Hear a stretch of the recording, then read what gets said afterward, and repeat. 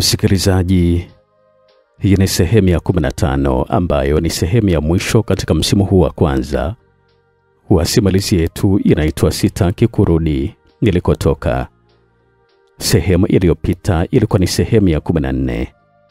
Kama utakuwa unakumbuka vizuri tulipokuwa tumeshia, ilikuwa ni pale ambapo taarifa za kwamba mzee Edward alikuwa ameshajua kila kitu ambacho kilikuwa kinaendelea hapa nchini Tanzania, na sasa alikuwa anatarajia kusafiri kutokea Somalia mpaka nchini China kwa ajili ya kuanza maisha mapya huko, zilikuwa zimemuumiza sana Lucky, akijua kwamba misheni yake ilikuwa imefeli tena. Lakini pia alikuwa anajiuliza maswali kwamba huyo kiongozi wa serikali ambaye alikuwa ametoa taarifa kwa mzee Edward kuhusu kila kitu ambacho kilikuwa kimetokea hapa Tanzania alikuwa ni nani? Mara baada ya kuwazua na kuwaza sana, Lucky anachukua simu yake na kisha kuipiga huko Somalia katika idara ya anga. Ni kitu gani ambacho Lucky alikuwa anahitaji kufanya? Majibu ya maswali yote tuko nayo hapa katika sehemu ya 15, sehemu ya mwisho ya msimu huu wa kwanza wa Sitaki Kurudi Nilikotoka. Majina yangu anaitwa Felix Mwenda kutoka hapa Simulizi Mixi.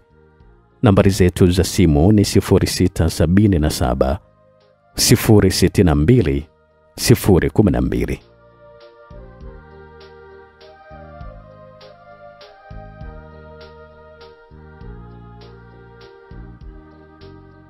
Lucky akiwa amekalia kiti cha thamani na kuwasiliana na halmashauri yake ya Ubongo ili kusudi apate kujua ni kitu gani ambacho afanye. Bila kupoteza muda aliangalia saa yake akakuta kwamba tayari ilikuwa ni saa 7. Alinyanyua simu yake ya mezani na kisha kubonyeza namba za Somalia ambazo huwa ziko wazi muda wote. Zilikuwa ni namba za idara ya usafiri wa njia ya anga huko nchini Somalia. Alizipiga na kisha zilianza kuita. Simu haikuita sana, ilipokelewa mara moja tu huko upande wa pili na bidada ambaye huyu alikuwa na sauti nzuri kabisa ya mkorogo. Halo. Upande wa pili ulikuwa anazungumza vile baada ya kupokea simu. Halo, samahani, nazungumza na shirika la ndege la Somalia. Yes, karibu tukusaidie. Ndege zitakazoelekea China kwa leo ziko ngapi ambazo zitaondoka mara baada ya saa 7 za mchana tafadhali?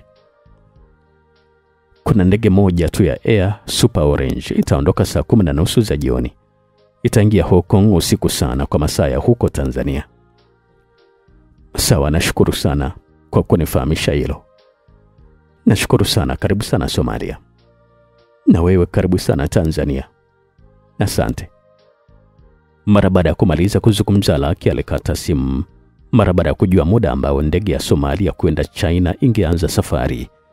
Alipokata alimpigia simu Mheshimiwa Rais kwa kutumia simu ya mezani ya Ikulu, nayo haikuita sana, ilipokelewa mara moja. Halo, nazungumza na Mheshimiwa Rais. Bila shaka ni mimi Mheshimiwa Rais. Mimi ni Lucky. Nimeshajua tayari sauti yako binti yangu. Tafadhali sana Mheshimiwa Rais, naomba uitishe kikao cha dharura hapo ofisini kwako Ikulu. Viongozi wote ambao unashirikiana nao kazi hakikisha wapo. Wakuu wa mikoa wote pamoja na viongozi wa viti vya juu waliokuepo siku ambayo nilikuja hapo na kusema mimi ni mtoto wa mzee Edward, wote pia wawepo. Naomba ufanye haraka sana. Ndani ya lisali moja tu wote wawe hapo. Kila aliye na safari yake aisitishe mara moja kwa sababu kuna kitu muhimu sana. Alikuwa anazungumza vile Lucky. Na kwa bahati nzuri kabisa hivi ambavyo tunazungumza sote tupo kwenye kikao na tunazungumzia kuhusu utendaji wa kazi wetu katika harakati za kutekeleza majukumu yetu hapa Tanzania. Nyote mpo hapo Ikulu Mheshimiwa Rais? Ndio, tuko ofisini kwangu. Viongozi wote ambao walikuwepo siku waliosema kwamba wewe ni mtoto wa mzee Edward wote wapo, isipokuwa kama 2 ama 3 hivi. Nakumbuka sana. Basi nakuomba hao wasiokuwepo wasiliane nao haraka sana wafike. Ndani ya dakika 30 tu nitakuwa hapo na mimi. Alikuwa anazungumza vile Lucky. Basi sawa, kuna shida kabisa. Usijali kwa hilo. Lakini kumbuka Mheshimiwa Rais kwamba kuanza kuondosha umaskini Tanzania wakati mali zote zimo katika matumbi ya viongozi wako ni sawa na kumlazimisha swala acheze ngoma wakati miguu yake tu inatosha kuwa ngoma. Alikuwa anazungumza vile Laki.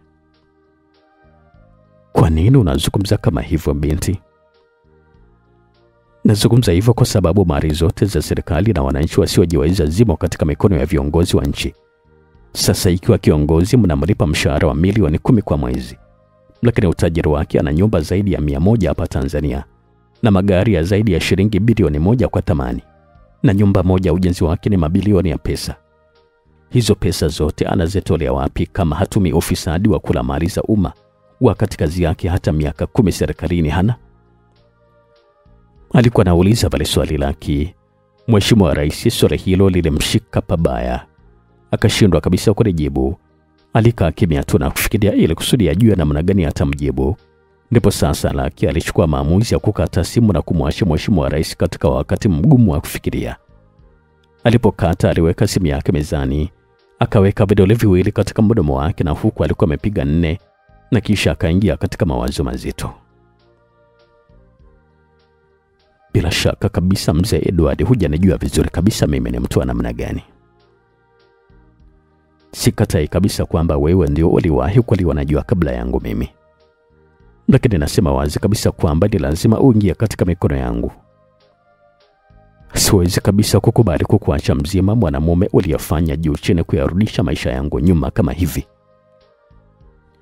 Hata sijui kabisa ulilala kwa staili gani na mama yangu mpaka ukaingiza mbegu za kuniza mimi. Lakini hiyo staili yako uliyotumia utaijutia katika maisha yako yote, kwa sababu ndiyo iliyofanya azaliwe mtoto wako ambaye ni adui yako nambari 1 kabisa katika dunia. Alikuwa anazungumza vile tu mwenyewe Laki, na kisha aliinuka kwenye kiti ambacho alikuwa amekalia. Alikwenda kwenye chumba cha pili ambako kulikuwa na magwanda yake ya kijeshi. Alivua nguo ambazo alikuwa amevaa na kisha kuingia bafuni kuoga.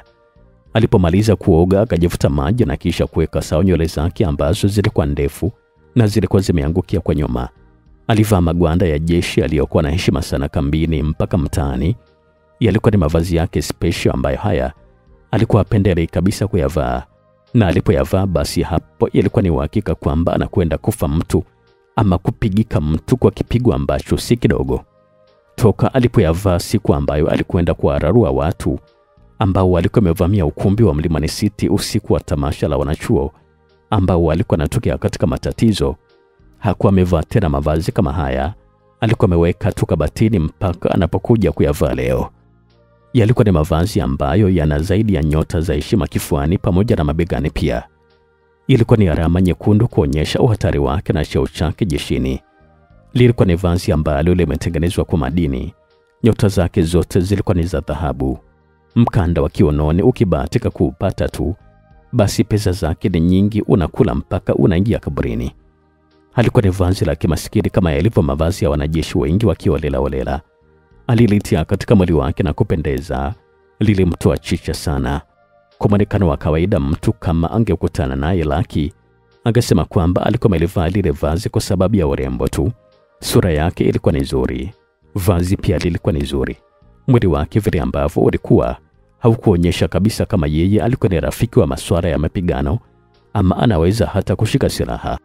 Lakini hapo ndipo palikuwa penyewe. Ukibipo mara moja tu lazima upigiwe.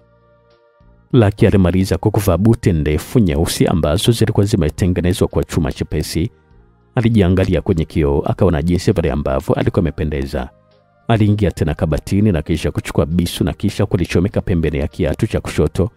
Alichukua silaha ndogo aina ya bastora na kisha kuiweka kiunoni. Mwisho kabisa alichukua fungo za gari ambalo hili angetembelea kwenda Ikulu, sehemu ambayo alikuwa anahitaji kwenda muda huu kuivurumisha ili kusudi kumjua mtu aliyetoa taarifa kwa baba yake mzee Edward kwamba eti Tanzania mambo yalikuwa yameharibika. Na nasema kabisa kwamba Tanzania hatutaweza kabisa kuendelea mpaka Yesu atakaposhuka kwa mara ya pili, kwa sababu kila siku tunapata viongozi wa ajabu tu namna kama hii. Alikuwa anazungumza vile Laki katika moyo wake, na huku alikuwa anaondoka pale ofisini. Kwenye korido alikutana na maofisa wa jeshi wengine ambao alisalimiana nao na kusonga mbele tu.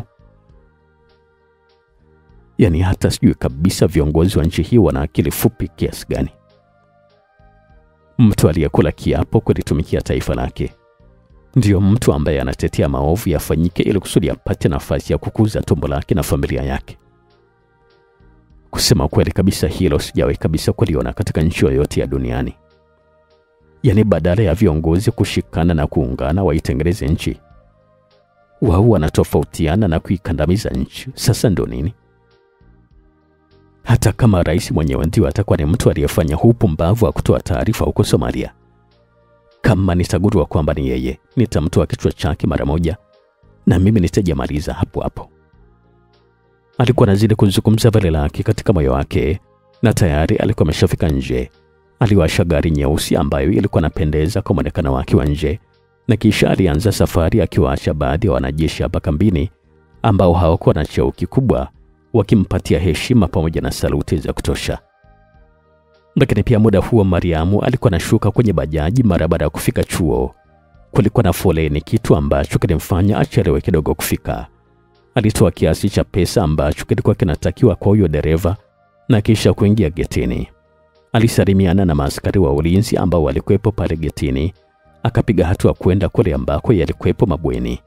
Ilimchukua dakika kama 15 kufika rumu ambayo alikuwa anaishi kutokana na mwendo wake wa taratibu ambao alikuwa anatembea. Aliingia chumbani na kukuta sura za Amina pamoja na Tunu. Alisalimiana nao, akavua nguo zake na kisha kuingia bafuni kwanza kwa ajili ya kujimwagia maji. Na umalize kuoga mapema kabisa uje utupatie ombea hapa, Mariam. Alikuwa anazungumza na Tunu ambaye alikuwa kwenye kitanda cha juu. Alikuwa anapitia mtandaoni kupitia laptop yake, na huku Amina na yeye alikuwa kitanda cha chini na yeye alikuwa anapitia mtandaoni kupitia simu yake. Na mbona kama amevimba usoni jamani? Amekutwa na kitu gani? Amina alikuwa anauliza pale swali. Na kumbe hata wewe pia umemuona? Nikajua mwenyewe tu ndio nimemuona. Naona kabisa amevimba, halafu ana vinundo mashavuni. Washa kwanza malize kuoga tupatie ombea. Na nguo naona kabisa amebadilisha, sio hizi ambazo alienda nazo huku alikotoka. Alikuwa anazungumza pale Tunu. Uko serious kabisa kwamba nguo alizorudi nazo sio zile ambazo ameenda nazo?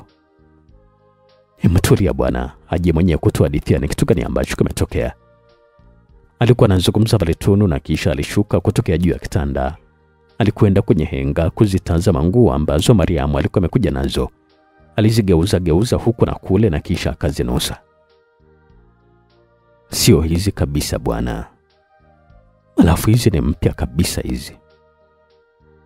Ni kweli kabisa Tunu, nimekumbuka. Alikwenda amevaa suruali yake nyeusi pamoja na t-shirt. Sio hizi kabisa ambazo amekuja nazo sasa hivi. Sasa hii hapa ni t-shirt ambayo alikuwa ameenda nayo. Alikuwa anauliza pale Tunu, na Mariamu alikuwa anatoka bafuni. Nanyi jamani, mmezidi umbea. Mjini bila umbea utaishije sasa Mariamu? Hebu tuambie kwanza my dear. Ulikwenda na suruali nyingine kabisa na umerudi na suruali nyingine. Ulipotoka kwa Laki ukaenda kwa bibi wako ama namna gani? Mbona hatukuelewi? Baby ndio kitu gani bwana? Tulene kwanza hapo sasa niwapatie mkasa wote jinsi vile ambavyo ilikuwa. Kwanza kabisa, kusema kweli kabisa, mpaka sasa siamini kabisa kama niko mzima. Haki ya Mungu tena. Alikuwa anazungumza vile Mariamu na huku alikuwa anajifuta maji kwa taulo. Kwa nini unasema kama hivyo Mariamu? Kwa sababu tulikwenda vitani, mimi pamoja na Laki. Alikuwa anashangaa vile Tunu. Amina alikaa vizuri kwa ajili ya kusikiliza zaidi. Ndio kama hivyo jamani. Nye yule mja kuishi naye mwaka mzima na vile ambavyo tulikuwa tunamshukuria poa hapa bila kutuchenjia. Tumshukuru sana Mungu kusema kweli. Lakini zaidi ya simba aliyejeruhiwa. Na kutoka nimezaliwa nilikuwa sijawahi kabisa kuona mtu anavyokufa. Lakini leo kwa bei rahisi kabisa nimejionea kila kitu namna mtu anavyokufa. Mtu anakufa live kabisa bila chenga. Na mtu anapigwa risasi live kabisa, yote nimeshuhudia. Laki sio mwenzetu kabisa jamani, nawaambia. Na ni bora ukutane na mnyama mkali kabisa msituni kuliko kukutana na Laki akiwa amekasirika. Ni Israeli kabisa mtu wa roho yule. Alikuwa anazungumza vile Mariamu, Amina pamoja na Tunu walikuwa namsikiliza tu vile ambavyo alikuwa anazungumza. Yaani Mariamu, mpaka hapo naona kabisa ni kama vile sijakuelewa vizuri. Hebu kaa kwanza utusimulie vizuri bwana. Alikuwa anazungumza vile Tunu na huku alikuwa anamkarisha Mariamu kitandani na yeye alikaa pembeni akaweka mkono wake shavuni. Nilitoka zangu hapa kama ambavyo mlikuwa mnaniona. Nikafika pale Lugalo aliponiambia kwamba tukutane.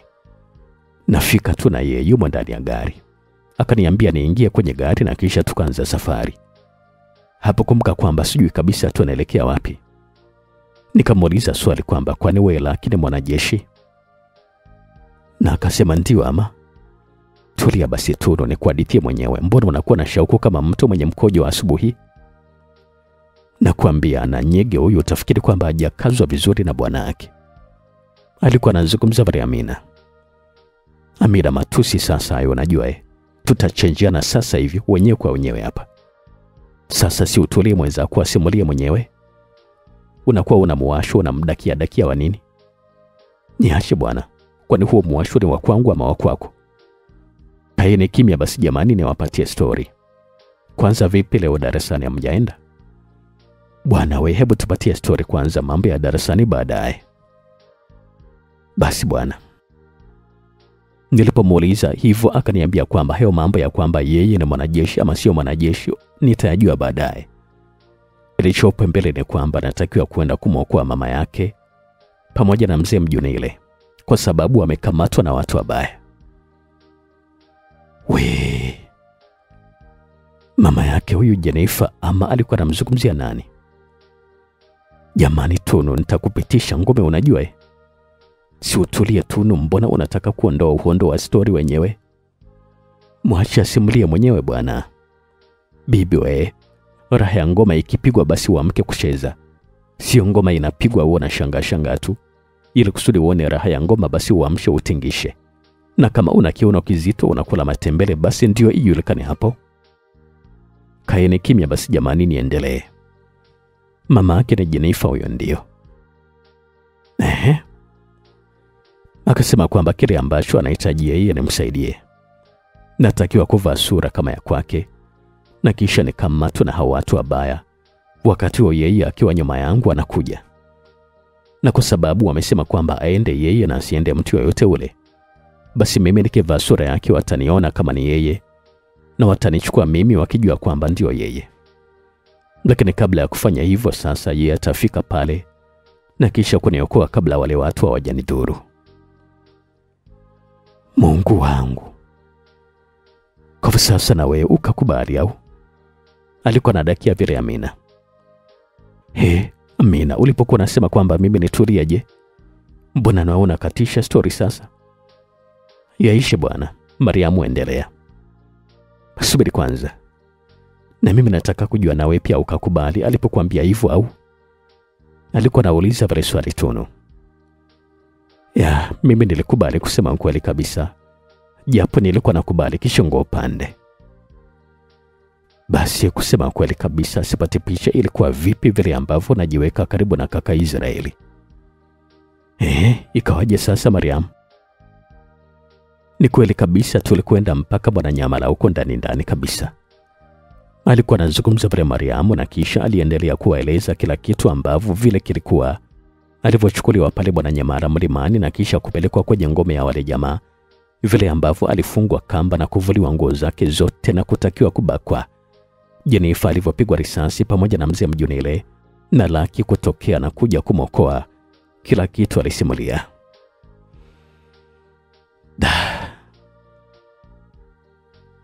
Maskini Laki. Alikuwa anazungumza pale Tunu, machozi akiwa karibu kabisa na macho yake. Wote waliumia sana pale ambapo alipojua kwamba tayari Jennifer hakuwa tena duniani. Mariamu aliendelea tu kuwasimulia namna vile ambavyo alitoka Mwananyamala mpaka waliporejea tena pale Lugalo. Tulipofika pale jeshini na mishemishe fulani kupita, ndio Laki akanieleza kila kitu. Kwamba yeye bwana ni mtu wa jeshi na tena ni mjeshi mwenye cheo kikubwa sana serikalini. Na historia yake ya kuwa chuo sio kwamba alikuwepo hapa kwa ajili ya masomo, bali alikuwa hapa chuo kwa ajili ya kujificha kwa sababu hakuwa anataka matatizo na watu. Na akaniambia kwamba baba yake ndio adui yake mkubwa sana. Na sasa alipoona kwamba watu wanazidi kumsaka wakati yeye hakuwa anataka kabisa ugomvi, ikabidi naye aanze kujibu mashambulizi. Ndipo sasa vita inaendelea bado mpaka sasa. Na kama mnakumbuka vizuri kabisa, alikuwa anapenda kusema kwamba hahitaji kurudi alikotoka. Ndiyo, tunakumbuka. Basi sababu ni kama hiyo.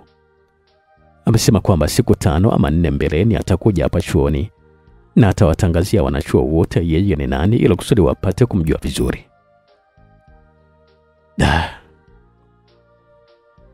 Kwa ni kweli kabisa, yule mama amefariki dunia tayari.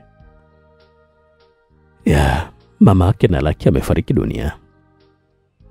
Lakini kusema kweli kabisa, Lucky sintokuja kumsahau katika maisha yangu yote. Anapiga sana huyu msichana jamani. Yaani anapiga mpaka mapigo ya moyo yanakwenda mbio. Sasa wewe Mariamu, umeacha vipi kuzimia kwa uoga uliokuwa nao ulipokwenda huko na kuvuliwa nguo zako zote kama ambavyo nasema? Yaani wewe acha tu rafiki yangu. Si bora hata tu ningezimia nikalijua moja. Mkojo umenitoka, na kama Lucky asingetokea, basi hata haja kubwa ilikuwa imeshaanza kuwa karibu yangu kabisa kunitoka. Maneno yake ya kwamba natakiwa kujiamini ndio yalionifanya nisiwe na uoga mkubwa sana. Lakini kusema kweli kabisa, kwa sura za wale jamaa jinsi vile ambavyo walikuwa, haki ya Mungu kabisa unazimia na hata kufa kabisa. Alikuwa anazungumza vile Mariamu, waliendelea tu kumwongelea Lucky na kazi ambayo alikuwa ametoka kuifanya huko Mwananyamala. Aliwaeleza pia kile ambacho alikuwa amemtuma na kuwaomba wasije kumweleza mtu yeyote ule. Tukielekea tena upande wa pili, ndani ya ukumbi wa Ikulu takatifu ya Jamhuri ya Muungano wa Tanzania, viongozi mbalimbali wa taifa walikuwa katika eneo hilo kwa ajili ya kumsubiri Lucky mara baada ya kumwambia Mheshimiwa Rais kwamba ndani ya dakika 30 angekuwa hapo, kwa sababu alikuwa amesema kwamba ni kitu cha muhimu sana. Kwa hivyo hata wale viongozi ambao hawakuwepo walipigiwa simu wafike haraka iwezekanavyo. Kila mwenye mamlaka ya ngazi ya juu kabisa ndani ya nchi alikuwepo Ikulu muda huu. Ukumbi wote ulikuwa umejaa viongozi watupu pamoja na wazee wa Ikulu. Walikuwa naendelea kupata kinywaji na kupiga stories hapa na pale kumsubiria tu Lucky. Kupitia kamera za CCTV ambazo zilikuwa ndani ya jengo hilo, viongozi wote macho yao walielekeza ukutani kwenye TV mara baada ya kuona gari iliyokuwa na usajili wa jeshi ilikuwa inaingia pale parking. Lucky ndio alikuwa anaingia muda huo. Alipaki gari yake vizuri kabisa, akafungua mlango, alishuka na kisha kuanza kupiga hatua kuelekea ndani. Kila mtu ambaye alimuona alishangaa sana kumuona katika mavazi kama hayo. Walinzi wote wa Ikulu walimpigia saluti. Waheshimiwa huko ndani mate yalishindwa kabisa kumezeka mara mbili, wakiwa wanajiuliza tu maswali kwamba vipi leo bidada alikuwa amekwenda sehemu hiyo na huku akiwa amevaa mavazi ya hatari ya kijeshi namna kama hii. Lucky aliingia ukumbini. Viongozi walisimama kumpatia heshima zake, isipokuwa wale ambao walikuwa wamemzidi cheo akiwemo Mheshimiwa Rais. Lucky alisimama katikati ya mlango na kisha kutembeza macho yake huko na kule. Alikuwa anawatazama viongozi wote machoni mwao na kuwasoma kwa haraka sana. Alifunga mlango kwa ndani, akachukua kadi ya kufungulia mlango na kisha kuweka mfukoni. Alisogea sehemu ya kuwasha na kuzima AC, akazizima zote. Walijiuliza maswali tu ni kwa nini alikuwa anafanya kama hivyo bila kupata majibu. AC zikiwa tayari zimezima, mlango alikuwa amefunga. Akasogea kwenye kiti na kisha kukaa na kukunja nne. Mdomoni alikuwa anatafuna bigiji. Hakuonyesha kabisa kwamba alikuwa na wasiwasi wowote ule. Mnaweza kuendelea sasa na mazungumzo yenu. Alikuwa anazungumza vile Lucky. Haikuwa ni kazi rahisi kabisa kwa kiongozi yoyote kuelewa ujio wa Lucky katika eneo hilo ulikuwa na maana gani, hasa mara baada ya kuonekana kwamba ujio wake hapa ulikuwa sio wa amani. Alisema kwamba waendelee tu kuzungumza mazungumzo yao, na huku alikuwa anapigilia nne ya nguvu. Alikikalia kiti kidogo na kisha kukunja mikono kifuani. Macho yake alikuwa anatembea huko na kule kuwatazama viongozi wote, kama wote walikuwa wametimia kama ambavyo alikuwa anataka ama vipi. Viongozi na wao walikuwa natumia muda huo kumwangalia bila kumwelewa, hasa kwa kitendo chake cha kuzima AC pamoja na kufunga kabisa mlango. Samahani Lucky, ulisema kwamba kuna jambo muhimu sana, ndio maana ulihitaji viongozi wote tukusanyike hapa. Mbona sasa tunakuwa hatukuelewi? Kuanzia uingiaji wako, ukaji wako, wote hatukuelewi kabisa unamaanisha kitu gani. Alikuwa anazungumza vile Mheshimiwa Rais ambaye alikuwa amekalia kiti cha dhahabu ambacho kilikuwa kimejitenga na vitu vingine ambavyo vilikuwa vimepangana. Lucky hakuweza kujibu swali hili la Mheshimiwa Rais haraka. Akatoa mikono yake kifuani na kuingiza mfukoni, akatoa babrishi nyingine, akaifungua na kisha kuitupia mdomoni. Akatazama saa yake ambayo ilikuwa kwenye mkono wake wa kulia. Tayari ilikuwa inaelekea saa 8 za mchana. Akakumbuka maneno ya dada wa shirika la ndege la Somalia huko Mogadishu kwamba muda wa ndege pekee inayotoka Mogadishu leo kuelekea China ilikuwa ni saa 10:30 za jioni. Siku zote wasipende kabisa kulivaa hili vazi, kwa sababu analiheshimu, lakini pia analipatia haki zote kama vazi kuu la kijeshi. Lakini sasa siku zote ambapo naonekana kwamba nimelivaa, basi kunakuwa ni lazima kichwa cha mtu kimwage damu. Hata sijui ni kwa sababu gani. Alikuwa anauliza Lucky maneno ambayo yalikuwa ni kitimoto kwa kila kiongozi ambaye alikuwepo katika ukumbi huu. Yalikuwa ni maneno ambayo yaliwafanya wote waangaliane bila kujua walikuwa naangaliana kwa sababu ya kitu gani. Vijasho pia vilianza kuwatoka. Unamaanisha kitu gani kuzungumza kama hivyo Lucky? Mheshimiwa Rais alikuwa anauliza pale swali. Lucky alitulia kidogo na kisha kujibu. Ni kwa sababu naweza kusema kwamba sijawahi kuona serikali mbovu kama hii serikali ya Tanzania.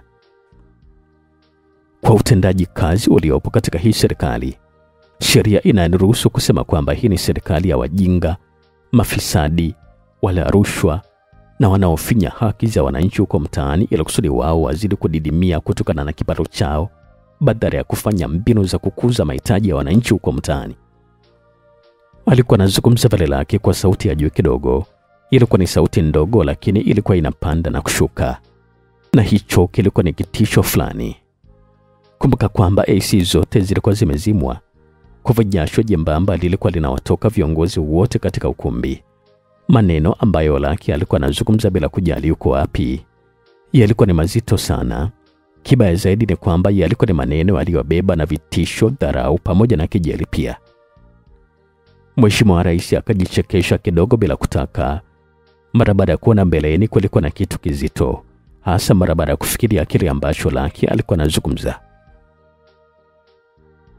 Lucky, kusema kweli kabisa unaniweka katika wakati mgumu sana wa kujua ni kitu gani ambacho unamaanisha hapa. Kwa sababu unazungumza kwa mafumbo tu, hakuna mtu ambaye anakuelewa. Alikuwa anazungumza vile Mheshimiwa Rais. Sawa, nazungumza kwa mafumbo Mheshimiwa Rais, lakini mhusika ameshajua kabisa ni kitu gani ambacho namaanisha. Alikuwa anazungumza vile Lucky na kisha alisimama. Mheshimiwa Rais, katika eneo hili tukufu kabisa la Ikulu kuna kiongozi mmoja ama hata wawili ambao walishika Biblia pamoja na mstaafu siku wanaapishwa na kusema kwamba wanakula kiapo cha kuitumikia nchi kwa mema na watakuwa wakweli juu ya maslahi ya wananchi na kuzilinda siri za serikali. Lakini sasa leo nahitaji kudhibitisha kwamba wamo humo viongozi wanafiki juu ya utendaji wa kazi za serikali. Alikuwa anazungumza vile Lucky na kisha akainama chini na kuchumua kisu ambacho kilikuwa na meno na kilikuwa kinang'aa kuonyesha makali yake. Nafikiri kwamba unakiona vizuri kabisa hichi kisu hapa Mheshimiwa Rais. Ndio nakiona Lucky. Alikuwa anazungumza vile Mheshimiwa Rais.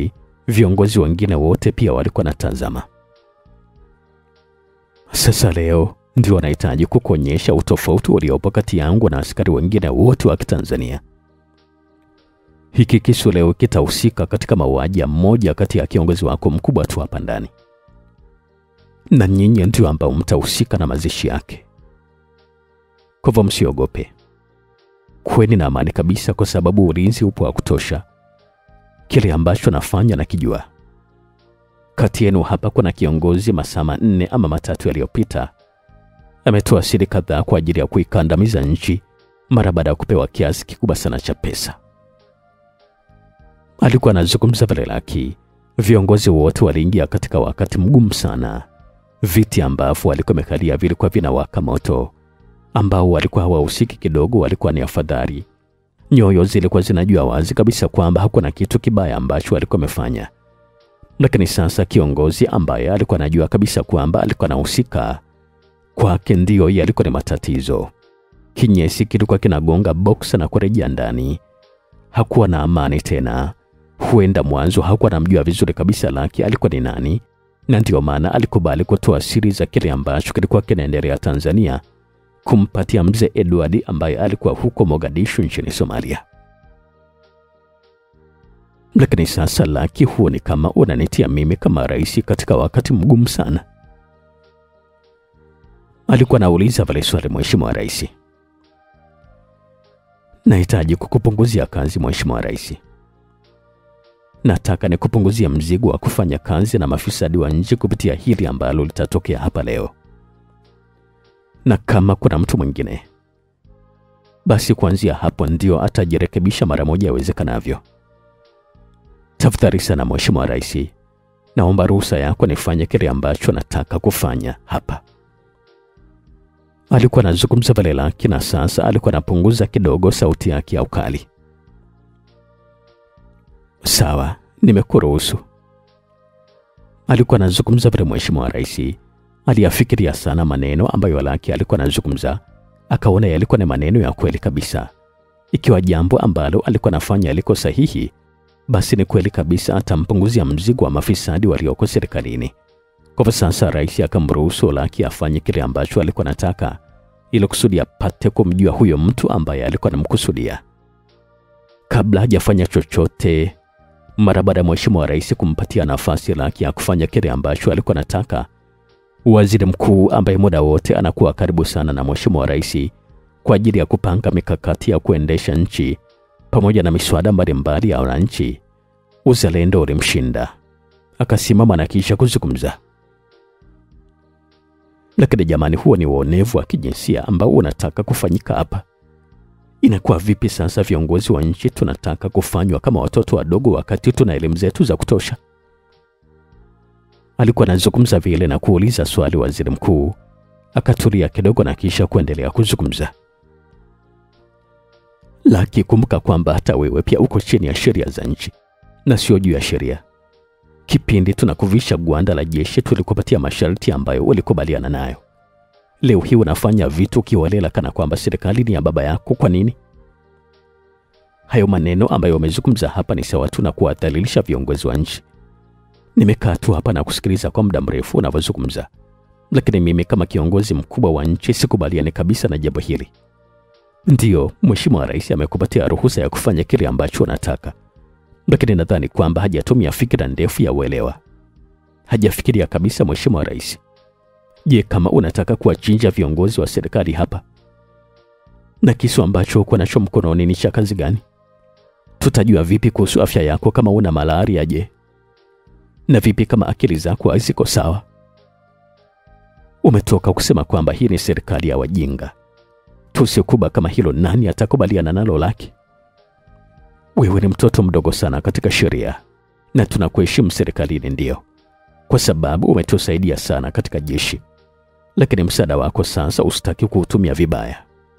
Mimi kama waziri mkuu wa Jamhuri ya Muungano wa Tanzania, ikiwa unataka kufanya hicho ambacho unataka ufanye, basi mara moja naomba utoke nje haraka iwezekanavyo kabla ulinzi haujaja hapa kukuumiza na mashine za kazi. Alikuwa anazungumza vile waziri mkuu kwa kujiamini kabisa, na huku jasho lilikuwa linamtoka. Waziri mkuu alikuwa anaamini kabisa kwamba huenda maneno yake yatamtisha Lucky na atarejea nyuma kutengua kile ambacho alikuwa anataka afanye. lakini sasa ni kama vile alikuwa na maongezi ya simba mwenye mbio katika hatua za kumkamata swala. Lucky alivimbisha sura, alibinya macho yake na kumtazama waziri mkuu. Nywele zake zote zilisisimka, midomo yake yote pia ikavimba. Alikuwa anahisi mwili wake ulikuwa unacheza cheza kwa hasira. Aliona wazi kabisa kwamba waziri mkuu alikuwa anataka kumchezea akili yake kwa kutumia cheo chake. Maneno yake ambayo alikuwa amezungumza hapa yalimfanya aamini kwa 100% kwamba yeye ndiyo mhusika mkuu wa tukio la kumpatia taarifa mzee Edward kule Somalia kuhusiana na kile ambacho kilikuwa kinaendelea hapa Tanzania. Ni kwa nini viongozi wote wakae kimya isipokuwa yeye tu athubutu kuzungumza kwa jazaba kama vile? Anazungumza hivyo kama nani haswa? Inamaanisha kwamba yeye ndio ana cheo kikubwa zaidi kuliko viongozi wote hapa Ikulu. Na inamaanisha kwamba yeye ndio ana nafasi ya kuzungumza na kusikilizwa kuliko wazee wenye ndevu zao hapa Ikulu. Ni kwa nini yeye anajiamini sana kuzungumza kama hivyo? Alikuwa anajiuliza maswali mengi sana Lucky, na huku alikuwa anamtazama kwa macho ya kubinya waziri mkuu. Mapigo ya moyo wake alianza kwenda mbio kwa hasira. Jasho lilikuwa linamtoka katika mwili wake.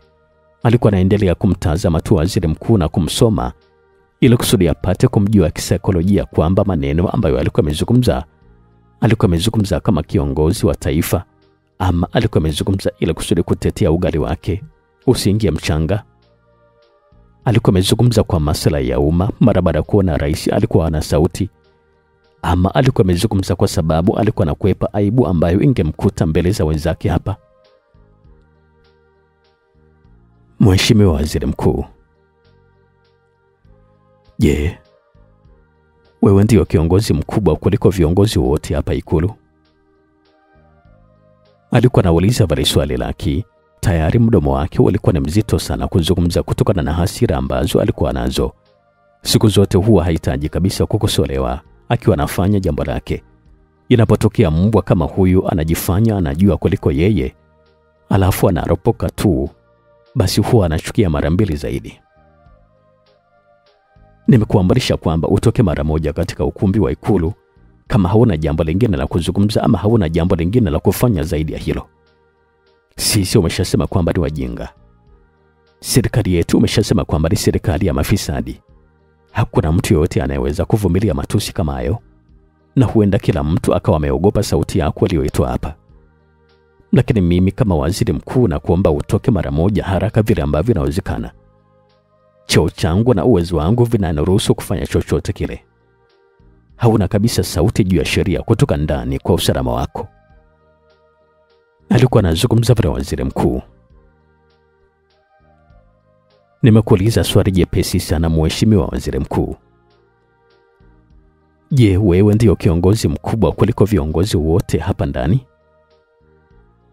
Kama kawaida, Lucky aliuliza tena swali kwa mara ya pili. Bado waziri mkuu alikuwa anaonekana kusimamia msimamo wake wa kwamba atoke nje. Toka nje mara moja Lucky, na kuhesabia 1 mpaka 3. Alikuwa anazungumza na waziri mkuu na kisha kuhesabia namba. Ni kweli kabisa alikuwa na mamlaka makubwa sana serikalini, lakini kwa hapo alikuwa ameingia cha kike. Viongozi wengine wote walikuwa kimya tu, hawakuhitaji kabisa kuingilia kwa neno lolote lile. Walikuwa namjua vizuri kabisa Lucky alikuwa na mtu wa namna gani, na walikuwa namjua vizuri kabisa waziri mkuu alikuwa ni mtu wa namna gani. Hata rais mwenyewe alikuwa amekaa kimya. Alikuwa ameshamsoma Lucky usoni, na alikuwa ameshajua hapo ni lazima atakuwa anatumia mbinu za kijeshi ambazo alizonazo, na huenda waziri mkuu ndio mhusika wa jambo ambalo Lucky alikuwa anazungumzia. Na kuuliza swali kwa mara ya 3 Mheshimiwa Waziri Mkuu. Je, wewe ndio kiongozi mkubwa zaidi kuliko wote humu ndani? Alikuwa anauliza bali swali Lucky kwa mara ya 3. Roho yake ilikuwa inazidi kuchafukwa na sauti ya waziri mkuu. Kila pale ambapo alikuwa anamtazama na maneno ambayo alikuwa anazungumza, alikuwa anazidi kuharibika kabisa rohoni. Waziri mkuu akahesabia 2. Lakini sasa kabla hata hajamaliza kuhesabia, pale pale Lucky aliachia kisu akakirusha kwa kukizungusha kile kwenda mpaka katika mwili wa waziri mkuu katika eneo la mkono wa kushoto. Waziri mkuu alishindwa kabisa kumalizia kile ambacho alikuwa anataka azungumze. Akaushika mkono wake mara baada ya kupokea maumivu makali sana. Lilikuwa ni eneo la bega la mkono. Kisu kilinasa pale, hakikuweza kabisa kutoka. Kilikuwa kinamuumiza vibaya mno waziri mkuu, na hiyo ndiyo sehemu ambayo alikuwa amelenga mtoto wa kike Lucky. Hakuhitaji kabisa kumuua waziri mkuu. Waziri taratibu alikwenda chini akiwa anashikilia eneo la kisu kilipokuwa kimekita, na alikuwa anagugumia tu kwa maumivu makali ambayo alikuwa anapata, huku viongozi wote hapa Ikulu macho yao yalikuwa kwake pamoja na Lucky. Mshangao mkubwa ulikuwa kwao wote viongozi hapa Ikulu. Lucky alipoona kisu chake kilikuwa kimechoma katika eneo sahihi ambalo alikuwa anahitaji, alisogeza kiti akapiga hatua kuelekea katika sehemu ambayo waziri mkuu alikuwepo. Alikuwa na hasira sana ambazo hakuweza kabisa kuzivumilia. Alipomfikia, alishika kichwa cha waziri na kisha kupigiza kwenye meza. Waziri alikuwa anazidi kulia. Aliushika mkono wake aliochoma kisu na kisha kuchomoa kisu chake, akachomeka tena katika eneo hilo hilo kwa nguvu. Waziri mkuu alikuwa anatoa sauti kubwa sana ya maumivu, lakini bado Lucky hakujali kabisa hilo. Alimshika na kisha kumnyanyua kwa mkono wake mmoja, na kwa jinsi vile ambavyo alikuwa na nguvu, alimsimamisha na kisha kumtandika makofi kadhaa, makofi kama yale ambayo alimkunguta nayo Dennis kule chuoni. Viongozi wote walikuwa wanafanya kazi ya kusogea tu na kuangalia waziri mkuu vile ambavyo alikuwa anaadhibiwa kutokana na ujeuri wa mdomo wake. Hakuna hata mtu mmoja ambaye alikuwa anaweza kufanya nyoko wala fyoko kumtetea waziri mkuu. Hata mheshimiwa rais mwenyewe alisogea pembeni. Walinzi nje walikuwa naliona hilo tatizo, lakini sasa walikuwa nashindwa kabisa kuingia kwa sababu mlango ulikuwa umefungwa kwa kadi. Walikuwa wanahitaji kupiga alamu ya hatari, lakini mheshimiwa rais akawazuia kupitia CCTV kamera ambayo ilikuwa inamulika kutokea ndani. Alikuwa ameshajua kabisa vizuri kile ambacho Lucky alikuwa anafanya. Hakuna hata mmoja ambaye alikuwa anaweza kuingilia huo ugomvi, kwa sababu Lucky walikuwa anamjua vizuri kabisa alikuwa ni mtu wa namna gani, hasa pale ambapo anapokuwa amekasirika. Walikuwa wanaogopa kuingilia ugomvi kwa sababu nguvu za kushindana na Lucky hawakuwa nazo. Lucky mara baada ya kuhisi kwamba hasira zake zilikuwa zimepungua, na huku akiwa tayari amemfanyia waziri aone hayuko mbinguni wala duniani kwa kile ambacho alikuwa amefanya katika mwili wake na kumwasha akiwa katika mwili wa maumivu, alimshika tai yake na kisha kuivuta mpaka karibia na maziwa yake. Sura yote ilikuwa imevurugika. Hapo hata kama Lucky angempapasa kimahaba na kumtazama kwa jicho la kuvutia, bado waziri mkuu angehisi kwamba alikuwa mbele ya Israeli mtoa roho. Alikuwa anatisha zaidi ya njaa mtoto wa kike. Alimtazama waziri mkuu ambaye tayari alikuwa ameomba po. Kipigo ambacho alikuwa amepata kilikuwa ni kitakatifu haswa. Maumivu ya kisu ambayo yalikuwa mkononi mwake alikuwa hayasiki tena kwa jinsi vile ambavyo kipigo kilikuwa kimekolea katika mwili wake. Uhai wako wote nimeukamata mimi, waziri mkuu. Maneno yako ambayo umetoka kuzungumza hapa yameonyesha ni kiasi gani una ushirika mkubwa sana na kitu ambacho kimetokea. Sasa unatakiwa kuchagua moja: kufa ama kuishi. Kuishi ama kufa. Maumivu ya kuzimu ama maumivu ya uhai. Kutenganishwa kichwa na kiwiliwili kwa kikisu ama kuendelea kuishi. Sitaki jibu lolote ambalo limepinda. Nataka jibu lililonyoka. Unahusika vipi na taarifa aliyopokea mzee Edward kutokea huko Mogadishu, Somalia, masaa 4 mpaka 5 yaliyopita kuhusu kile ambacho kinaendelea hapa nchini Tanzania? Alikuwa anauliza pale swali lake na machozi ya hasira yalikuwa yanamtoka tayari. Na huwa akiwa katika hali kama hiyo ya kulia kwa sababu ya hasira, basi hapo hata kama ukweli utazungumzwa, lazima tu atamaliza kichwa cha mtu. Viongozi mbalimbali wa serikali ambao walikuwa ndani ya Ikulu hawakuhitaji kabisa kuamini jinsi vile ambavyo Lucky alikuwa anamfanya waziri mkuu bila kuogopa sheria ambayo itamweka katika sehemu mbaya. Wote vijasho vilikuwa vinawatoka katika miili yao. Walikuwa nasisimka kweli kweli. Hata lile joto ambalo mwanzo walikuwa nalisikia baada ya kuzimwa kwa AC, sasa hawakuwa wanalisikia tena. Macho yote hayakukubali kabisa kupepesa hata sekunde moja mbele kumtazama vizuri waziri mkuu ambaye sasa alikuwa amebanwa vya kutosha na mtoto wa kike mwenye shughuli nzito, Lucky. Mr. Tanta, usijifanye kwamba huwezi kuzungumza wakati maneno yote walikuwa nayatoa wewe mwenyewe. Niambie, umehusika vipi juu ya taarifa alizopokea mzee Edward huko Somalia? La sivyo naondoka na kichwa chako hapa na kukifanya mboga yangu ya jioni. Haki ya Mungu kabisa mzee Tanta. Nakuambia wazi kabisa kwamba nitakuua. Hakuna mtu yoyote anayeweza kuninyamazisha na kunifanya niache hiki ambacho nafanya. Na kumaliza kabisa Mr. Tanta, usipozungumza ukweli. Alikuwa anazungumza vile laki mara baada ya kumwona waziri mkuu ambaye huyu alikuwa anajulikana kwa jina la Mr. Tanta yuko kimya tu, hakuna chochote ambacho alikuwa anazungumza. Laki aliunguruma kama simba msituni, macho yake yalimtoka na huku alikuwa anazungumza maneno mazito. Nimekuuliza swali, naomba majibu. La sivyo naondoka na kichwa chako na kukifanya mboga yangu ya jioni. Haki ya Mungu kabisa na kuapia na kuua. Alikuwa anazungumza vile laki, alipeleka shingo yake huku na kule kumtazama Mr. Tanta. Waheshimiwa wote ambao walikuwa ndani ya ukumbi walikuwa nazidi kuwa na hofu. Laki vile ambavyo alikuwa anamuungurumia waziri mkuu wa Jamhuri ya Muungano wa Tanzania, kila mtu akajikuta alikuwa anaogopa. Walikuwa wanajisemea tu moyoni kwamba kumbe ndio vile ambavyo huwa anakuwa wakati anapokuwa amekasirika, kwa sababu alikuwa anaonekana ni zaidi ya mwenda wazimu aliyepigwa na jua kali mara baada ya kutembea siku nzima. Kifua chake kilikuwa kinapanda na kushuka kama mzoga uliouawa dakika 10 zilizopita. Hakuwa katika akili za kawaida, na kwa haraka hapo hata kingeitwa kikosi cha mizinga kuja kumwondoa mikononi mwa waziri mkuu kisingeweza kabisa kufua dafu. Zaidi ya yote kukubali kujiripua na waziri mkuu mwenyewe, ama kuanza na hawa ambao walikuwa nataka kumshambulia na kisha kumalizana na waziri mkuu. Hutaki kujibu, si ndio? Mr. Tanta, na kuuliza swali, hakuna jibu ambalo unataka kutoa, si ndio?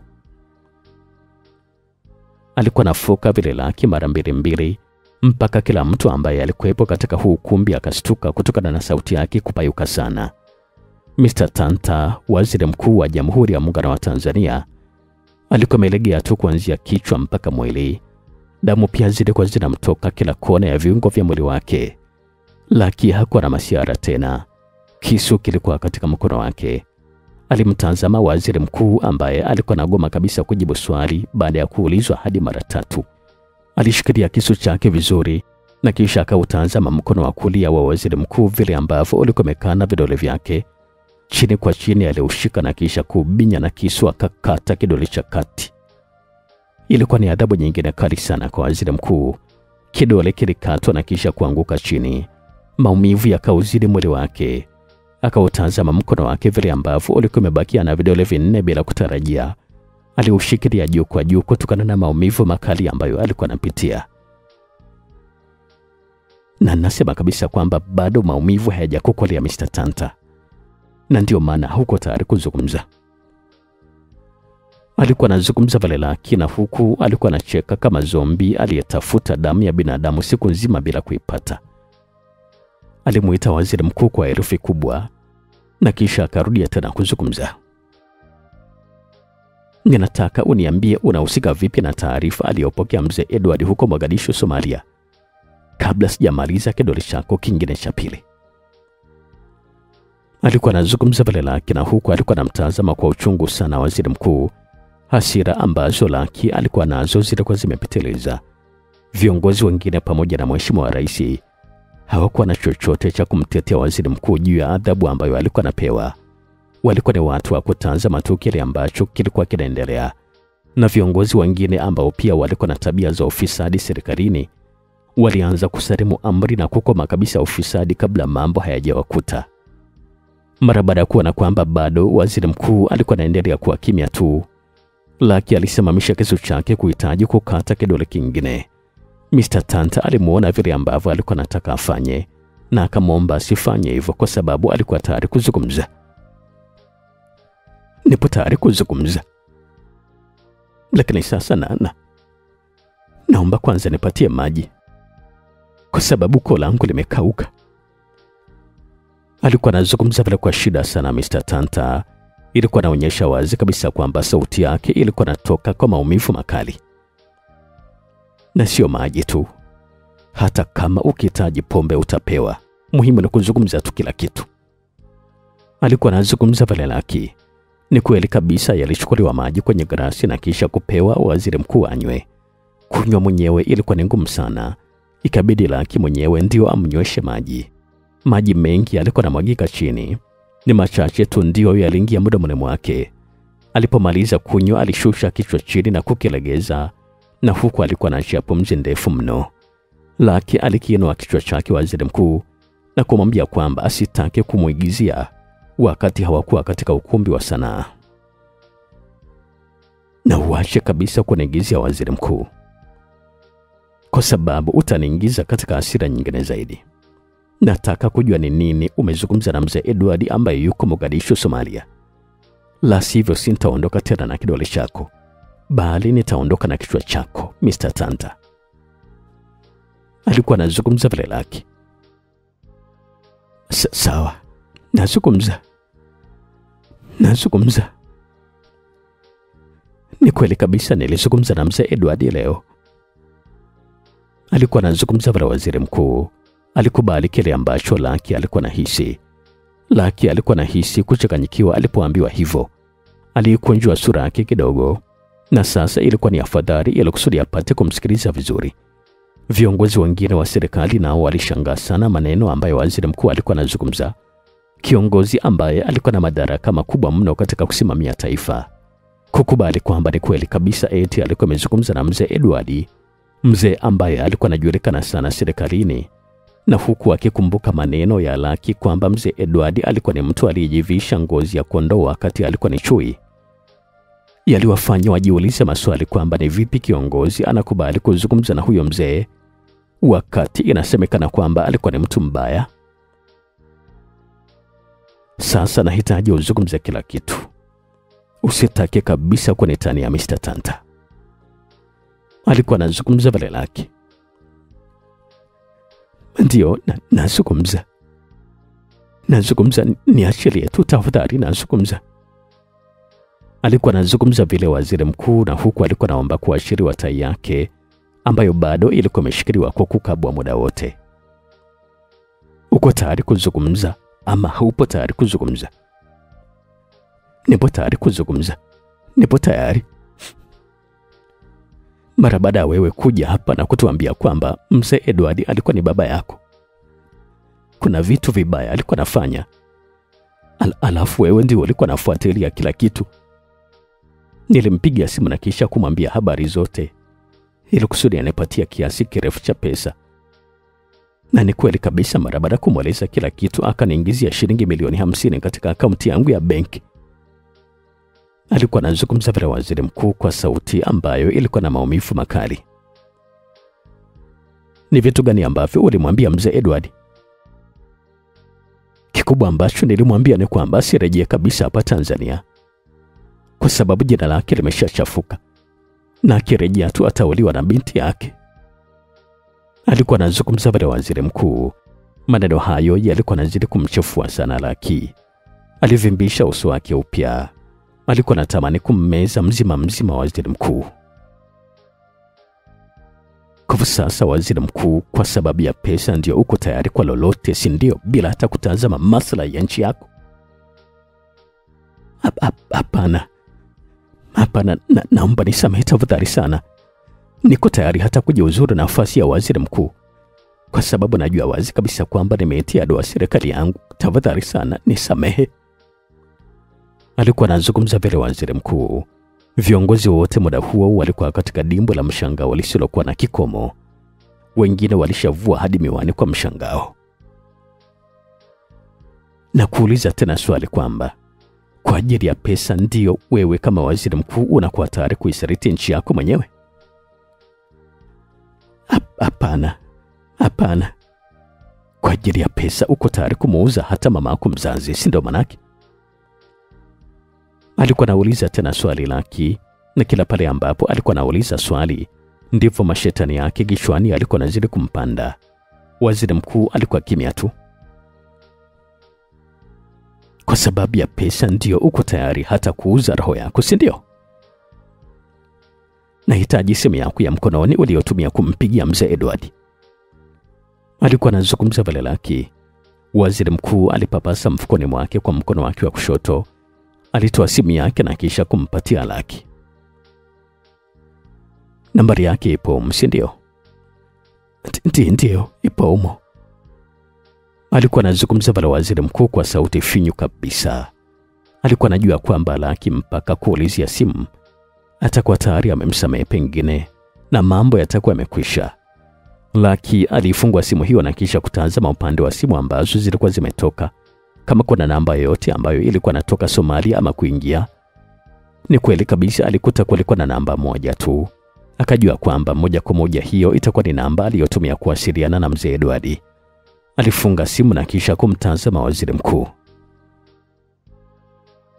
Nashukuru sana kwa msaada wako. Japo umetokana na maumivu makubwa sana katika mwili wako.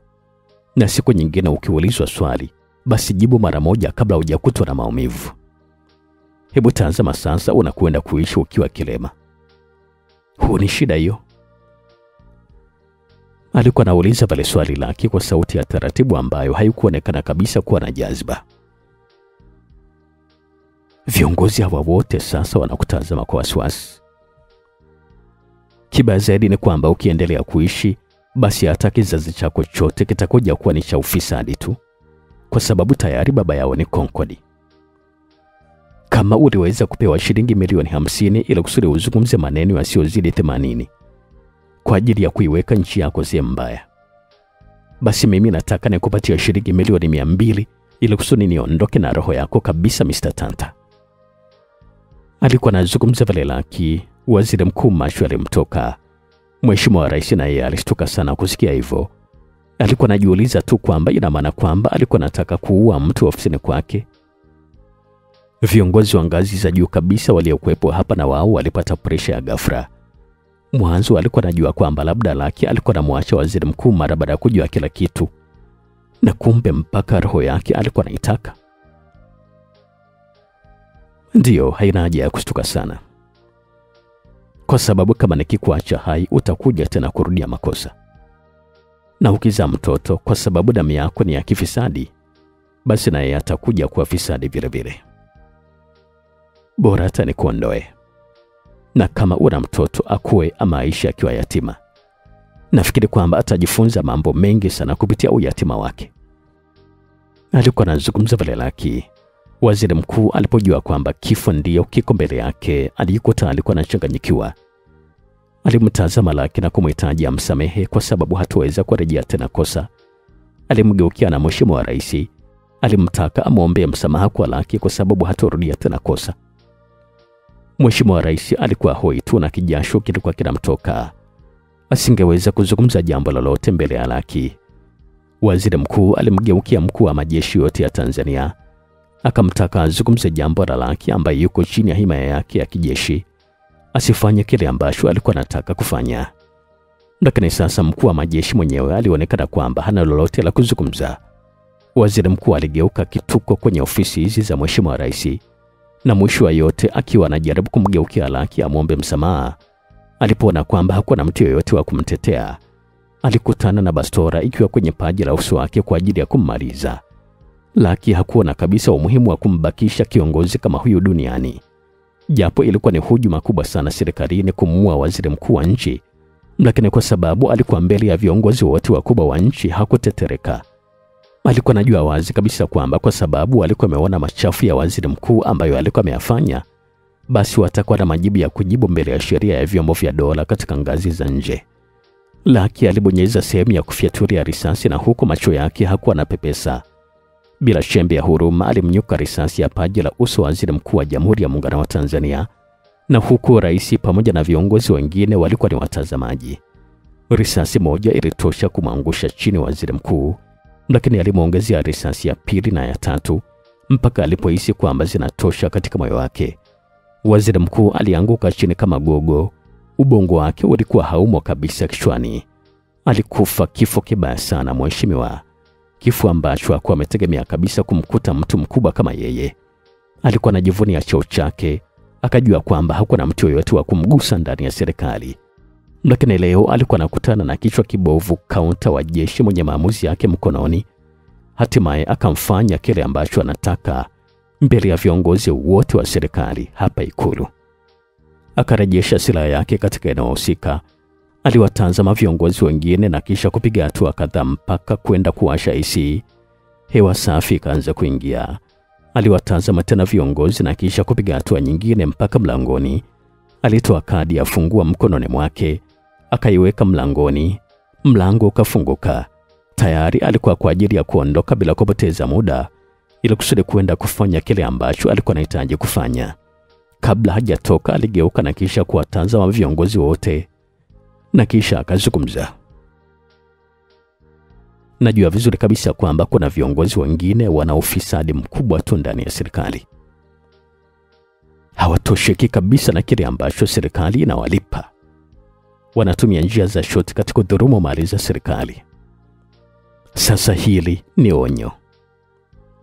Ikiwa waziri mkuu wa nchi hiki ndicho kilichomkuta mbele ya macho yenu, basi aminini kwamba kiongozi yoyote nitakayegundua kwamba anayerudisha nchi nyuma, nitakuwa tayari kumtilia alama ya X katika mwili wake ili kusudi atoke duniani. Najua bado mnajiuliza tu maswali kwamba Lucky ni mtu wa namna gani.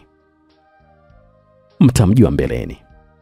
Sipitishi hukumu kwa mtu ambaye anayeandama maisha yangu pekee, bali hata kwa mtu ambaye anahitaji kunufaika kula jasho la wananchi wenye uwezo mdogo.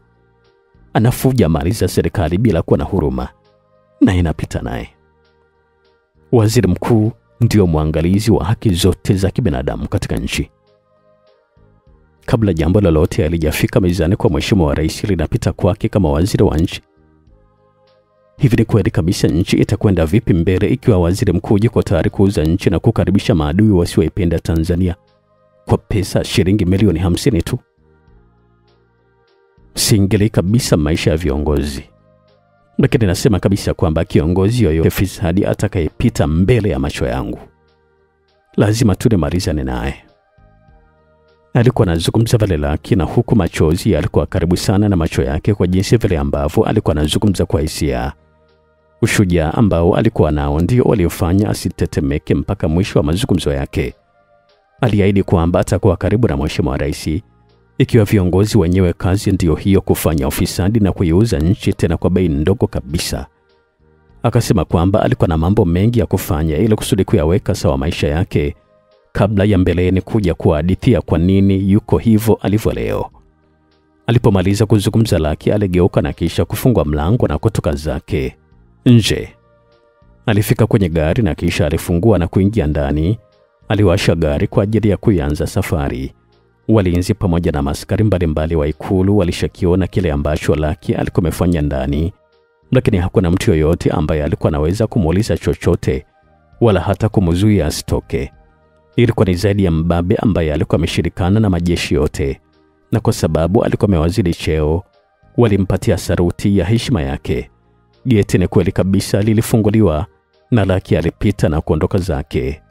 Watu wengi miongoni mwa maaskari walikuwa wanajiuliza maswali kwamba ni kwa nini Lucky alikuwa amefanya kitendo cha ukatili namna kama hiyo hapa Ikulu, na alikuwa amejiamini kiasi gani kufanya kitu kama hicho ambacho hakifikiriki kabisa katika jamii na serikali kwa ujumla. Atatafutwa tu kila kona. Ni lazima tu serikali ya Umoja wa Mataifa ianze kumtafuta.